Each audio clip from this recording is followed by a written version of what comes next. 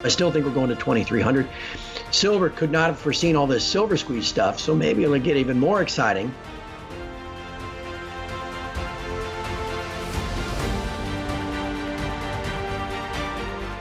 This is Dunnigan Kaiser, founder of Liberty and Finance. I'm now a licensed gold and silver broker for Miles Franklin. Call me directly for the physical gold and silver that you need at the best price with personalized private service from one of the oldest and best companies in the business. For fastest service, just call 1-888-81-LIBERTY. That's 888-81-LIBERTY. And either I or one of my sons and fellow brokers will call you back as soon as we can and understand your needs.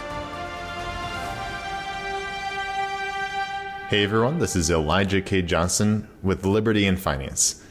And back with us today is our good friend Craig Hemke from TF Metals Report. Craig, thank you so much for joining us today. My old buddy EKJ. Well, it's great to have you on, Craig. And what I'd really like to discuss today is the Fed minutes that came out. And it seems like they're still pretty dovish. It doesn't seem like they're going to change course anytime soon. Your take on this and how it's going to impact things going forward?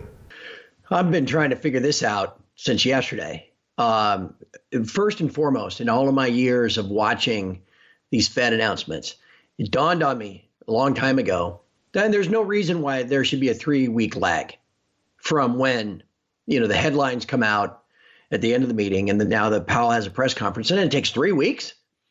I mean, what do they hire, like one temp to come in and type like this? I mean, they could have had this out the next day or later that day, but they wait 3 weeks.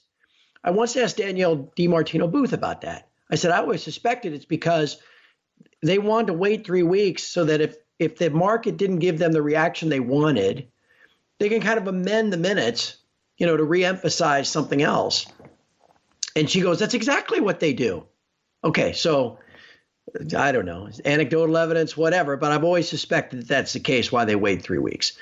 So 3 weeks ago, Powell comes out, the 24-hour news cycle financial press, even though, they badger him with this QE taper thing, even though he has said repeatedly, we're not raising rates until 2023, and we're not thinking about tapering. And every time they asked him, he said, look, we're not even talking about thinking about, we're not even thinking about talking about, whatever it was how he said it. Then magically, yesterday, in the minutes, there's this passage of several participants noted that, if things continue to improve, we might have, wait a second, doesn't that sound like they're talking about thinking about it?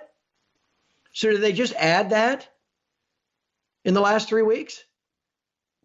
Okay, maybe. But then you think, well, wait a second. That was before the last jobs report that came out 2 weeks ago that was terrible, right? So, okay, well, if they were thinking about talking about it, they're not, that you can wave that off now. And as we record this on the next day, Thursday the 20th, we've seen the bond market rally back and the dollar sell back off. I'll give you one more thought, though. Zero Hedge has been writing about this now for the last couple of days because there's this guy named Zoltan Posar who used to work for the Fed, and he's kind of the world-renowned guru of how these repo facilities work. Back during the COVID crisis and then back in 2019 and prior to that, we got this kind of reverse repo issue where institutions and banks were short of cash. And so they would place collateral with the Fed overnight. It's like a pawn shop. We'll give you our treasuries, you give us some cash, and the next day or a week from now or whatever, we'll give you the cash back, you give us our bonds back. It's like working with a pawn shop. It's a reverse repo. Well, all of a sudden in the last week, 2 weeks, these reverse repos again have soared to like the highest level since not only last March, but June of like 2017. So why all of a sudden is that?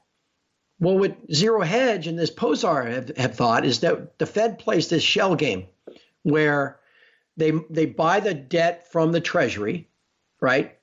And the primary dealers, as being a primary dealer, they got to buy it too. They got to make a market for all these auctions.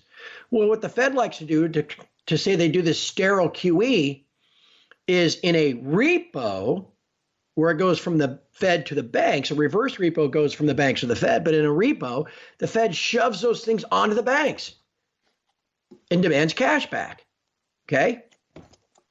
Demands cash back. That's the important part. So the Fed can say, well, no, we're not really monetizing anything, right? We're printing money here, but we're taking it back in there.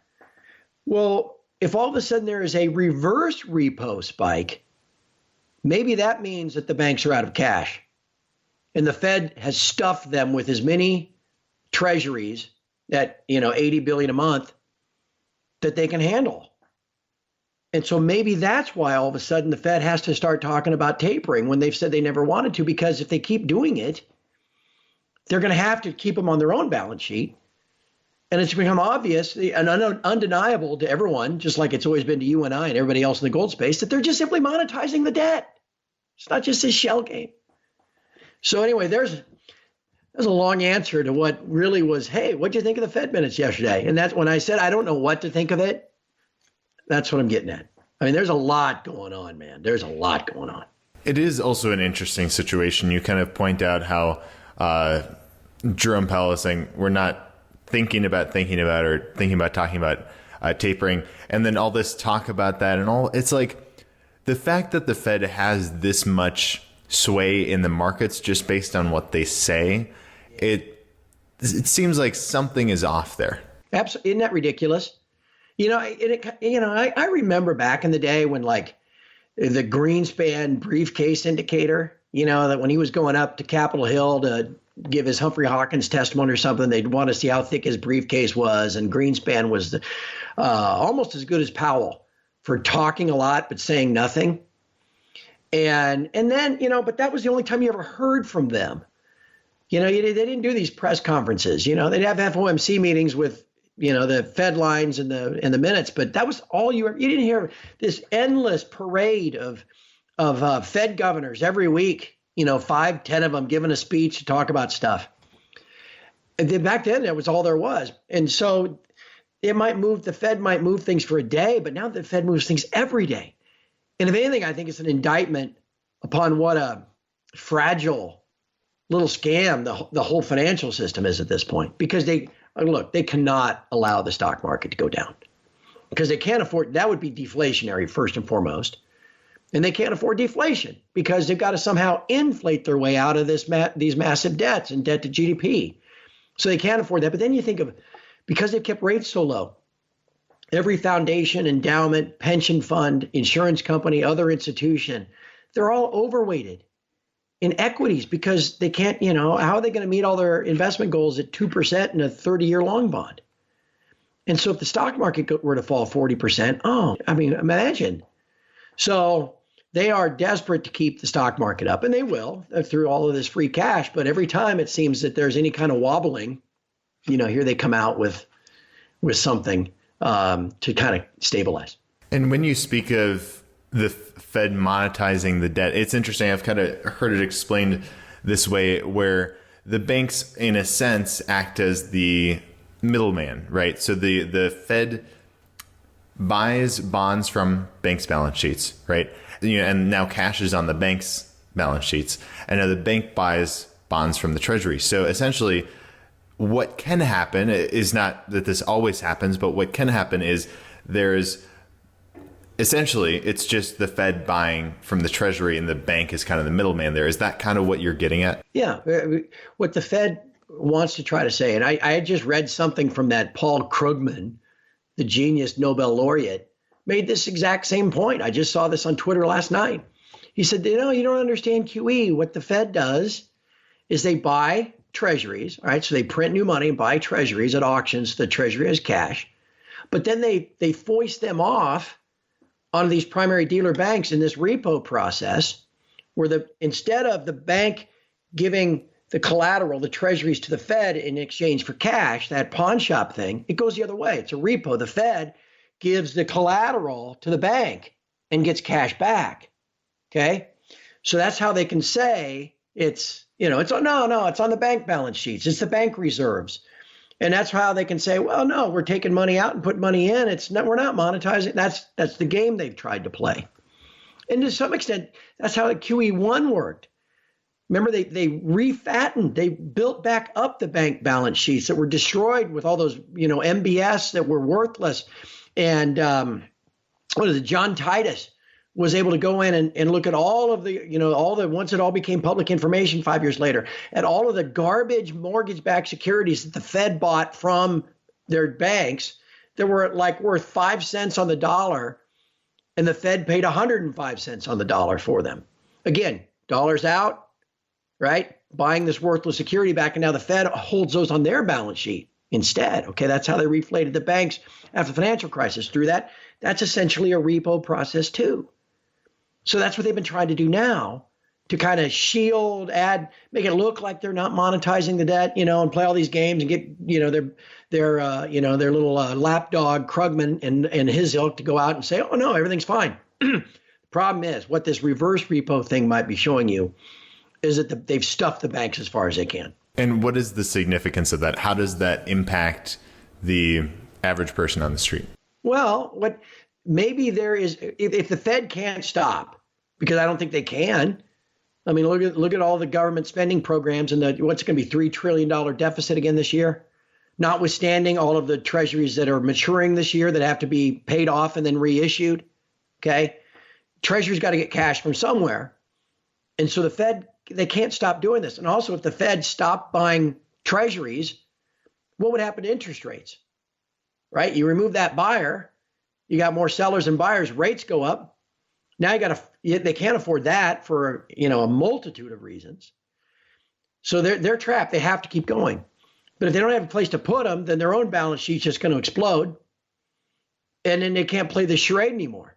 And then that is a total, then all of a sudden people go, wait, because you and I aren't really mainstream, right, Elijah? I mean, the mainstream people, the Davos crowd, the sell side, the buy side people, and all these Wall Streeters, they're happy to play along with this charade and pretend, see no evil, hear no evil, speak no evil stuff.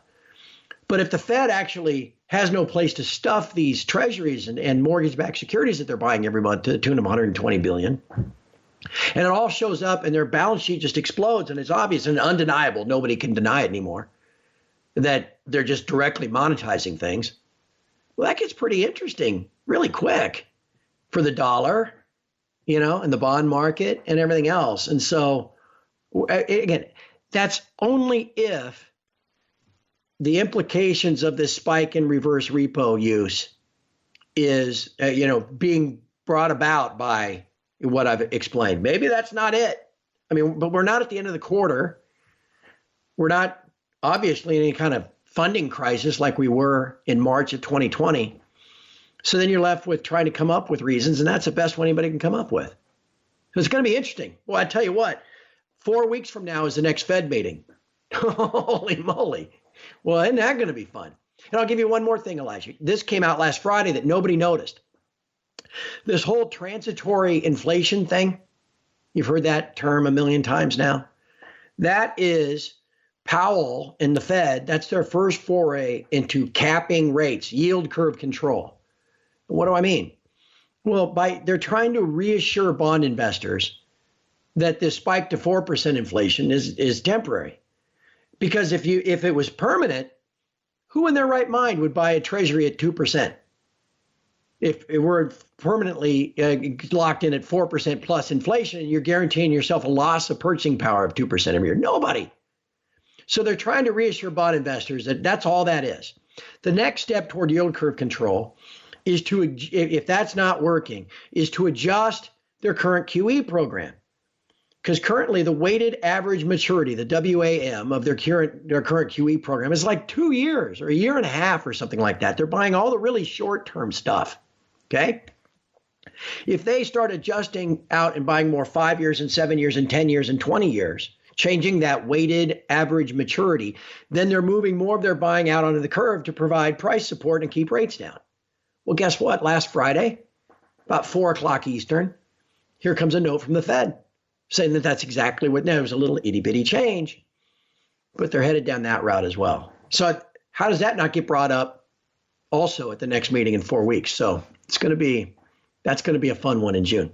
No, it's interesting. You've said before when I've interviewed you that you are expecting stagflation. So this inflation that you see coming, or that is right now, is a reality right now, and the Fed is saying, well, it's just going to be temporary. You don't think it's going to be temporary. Is that your view? That's your view, correct? Right. There's, I would imagine, Elijah, you probably took some economics classes in college. Remember, when they teach you this kind of classical economic stuff, there's two forms of inflation. There's cost push, where input costs go up. The manufacturer has to pass that along, or their margins get squeezed and they go out of business. And by passing those along, that pushes inflation higher. So that's one component. The other one's demand pull, where you have too many dollars chasing too few goods. So you get demand for stuff, pulls inflation higher. We got both. And the demand pull part right now is because of higher wages. That's what was the other important part of that jobs report 2 weeks ago was the average hourly earnings went up by 0.7%. And in the time since, where people are like, I guess people are more happy collecting a government check than looking for a job, which is kind of what people are assuming. You've had McDonald's, Amazon, what was the other one? There was another, I can't remember the other, have all increased what they're paying. They're all going to $15 an hour at a base as an attempt to attract workers. So wages, because no one's working, wages go up. Well, again, now you're just paying more, just more money out there, chasing too few goods. So I don't think it's going away. And I give you one more anecdotal thing. My voice is all roached out because I spent last weekend in Vegas. And I was talking to Chris Marcus, and he said, hey, I was there a month before I went. So I was there a month ago. You can't get a taxi. I'm like, what? Why not? He goes, everybody says that all the taxi drivers are making more money, getting unemployment checks than they are driving their taxi. You can't get an Uber either. Really? Well, guess what? I was just in Vegas. That's why my voice is like this. You can't get a taxi. And and the service and all the restaurants, they haven't hired people back yet. There's not enough tables open, all this kind of stuff. So maybe that's all anecdotal evidence. But again, the costs are going up because the dollar's going down. So input costs are going up. And also demand for goods is going up because of all this increased wages and all the money printing. And so I think inflation is here to stay. But we don't have commensurate growth. So you get no growth or little growth with inflation. That's stagflation like we had in the 70s. The Fed's solution in the 70s was to run sharply negative real interest rates.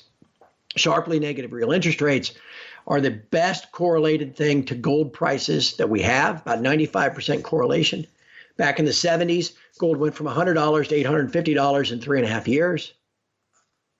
I think gold prices are going higher from here. At the beginning of the year, you had some outlooks, price forecasts for precious metals.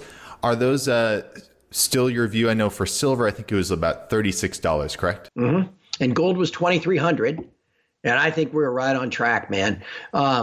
Gold double bottomed and ended its consolidation phase downward from last August at 1680. It was a logical place for it to bottom because that was the bottom of the range about a year ago this time. Came down double bottomed. Dollar has been falling since. Rates have been stable and gold has now rallied. Geez, what? At 1880, 138%. It's going to continue to, in the process of this rally, it got above its 50-day moving average at 1750 back in April.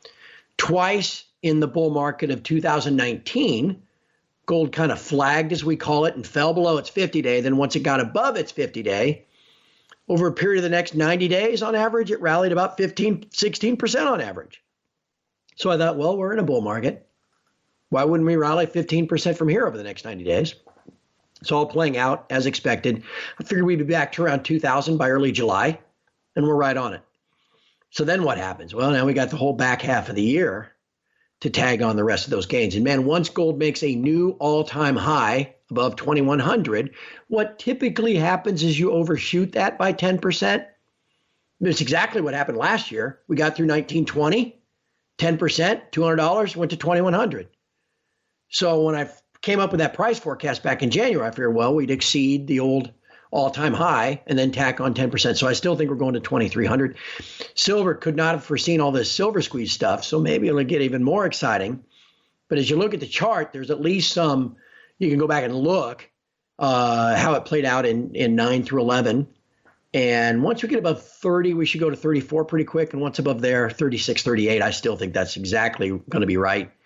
And man, oh man, If anybody's in the mining shares, particularly where, you get that leverage and you can make a little fiat, where do you think some of those shares will be, if I'm right? And by the fourth quarter, we're talking, price levels, 2,300 and, 35 or something. With respect to silver, my question for you is how much of this recent rally we've seen since May 1st and really since the beginning of April is because of the SilverSqueeze movement? I'm not sure any. Frankly, I'm not sure, because you look at the rest of the base metals, and some of the other commodities, silver's not even keeping up with copper. And so I'm not sure in terms of affecting the derivative price, which is what we're talking about here. Not sure we've had that great of an impact just yet. But man, oh man, on the physical market, we're having a tremendous impact. And I might share this with you. I know you know Andy Scheckman real well, and you know the folks at Miles Franklin. You might ask Andy about this.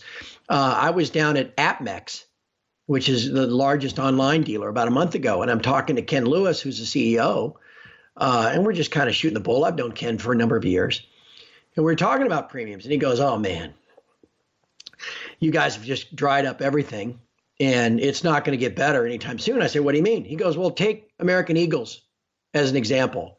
He goes, "The Mint, U.S. Mint has stopped producing them because they are redesigning them. For the first time in whatever it is, 10 or 12 years, they're going through a whole full redesign." He goes, "So right now, there are hardly any American Eagles out there. So the fact that the premiums are $5 or $6 is because there just aren't any." And now, I mean, Elijah, I don't know, what was it, $10? Okay, because there aren't any. And then what Ken said, here's the problem. He goes, "I've seen this before. They're going to roll out this new supply of this new one in July.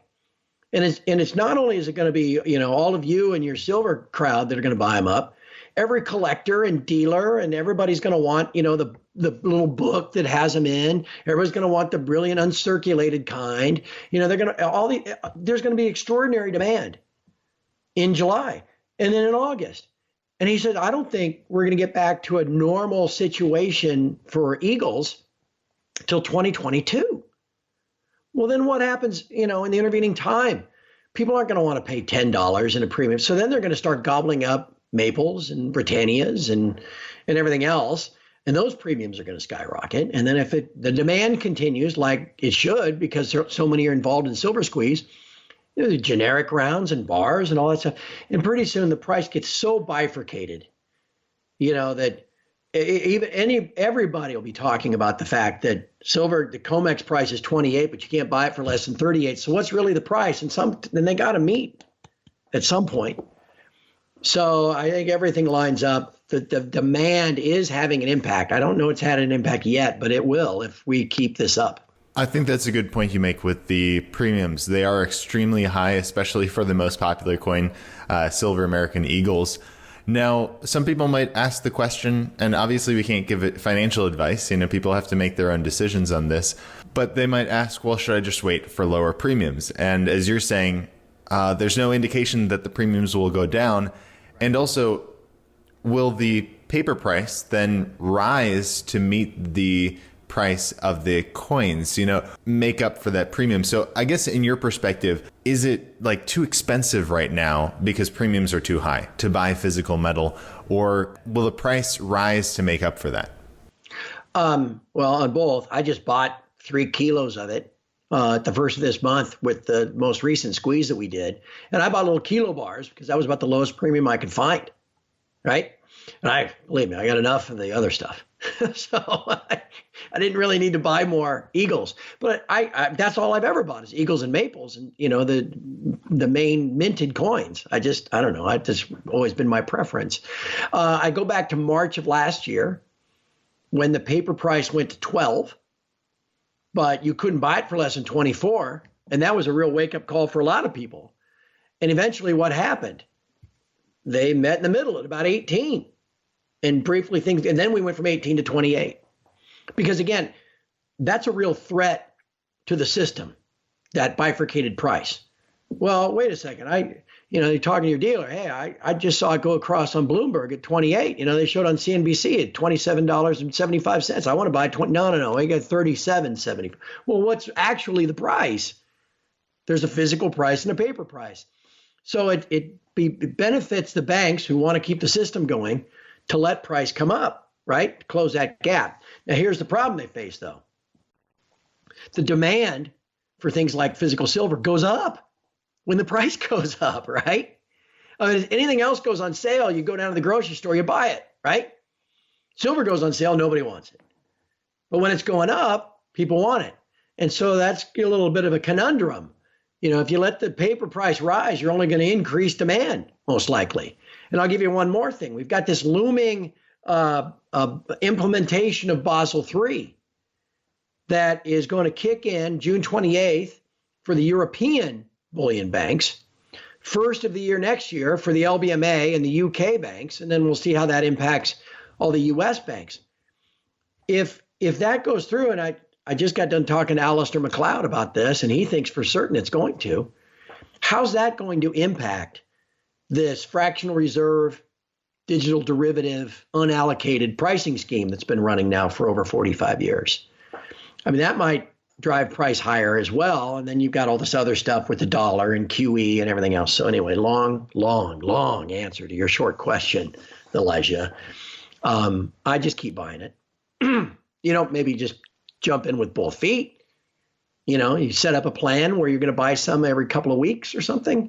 But if you're waiting for price and or premiums to fall, I don't know if that's smart. I think that's a good point, like dollar cost averaging also. So you kind of smooth out your buying price. So it's not, you're buying super high or you're buying super low. It's more in the middle, which might, give you more peace of mind. But I know this week we are running a special on Wall Street Mint brand new silver kilo bars. And it's only $4.39 over spot if people would like to give us a call. But before we let you go, Craig, where can people find you online, and any last thoughts you'd like to add? Right there. TF Metals Report. We've been around almost a dozen years now, from the first big bull market in the metals through the 6 years wandering in the desert to where we are now. Excuse me. I provide analysis every day, post in the morning, a podcast in the afternoon, but it's the access to the community there that is probably most valuable. And it's not expensive. It's only $15 a month. But if you're interested in the precious metals, I'm biased. But I don't think there's a better value anywhere, and a smarter group of people you don't just get what I say. You don't just not me feeding you info. It's the interaction with the community that you get that makes it so valuable. So please check us out, tfmetalsreport.com.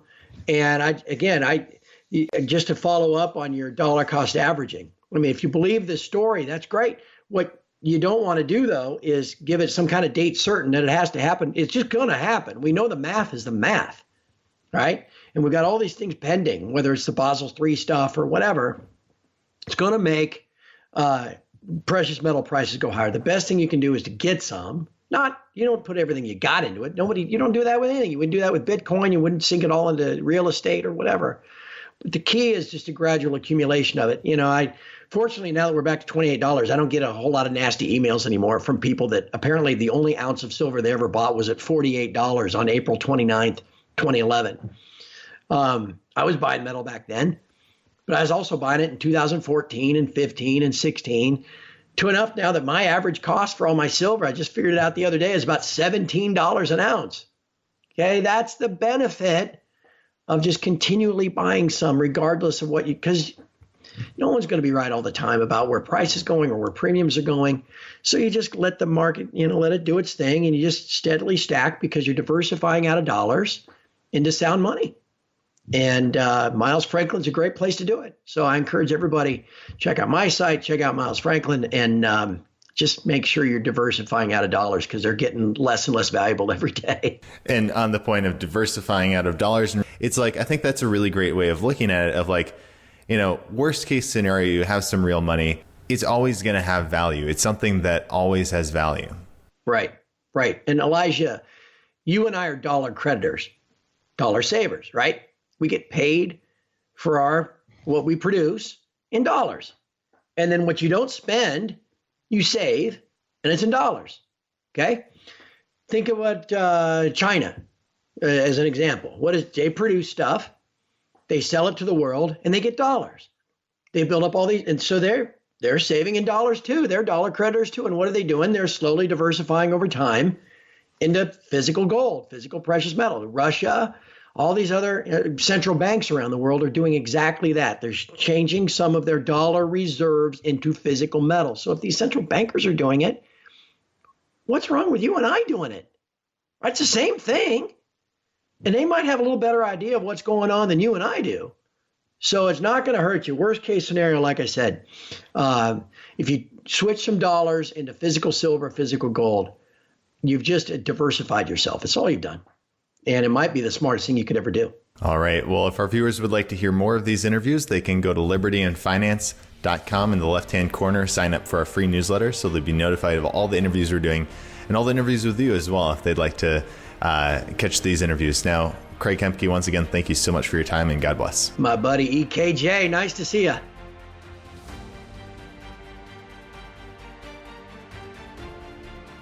This is Dunnigan Kaiser, founder of Liberty and Finance. I'm now a licensed gold and silver broker for Miles Franklin. Call me directly for the physical gold and silver that you need at the best price with personalized private service from one of the oldest and best companies in the business.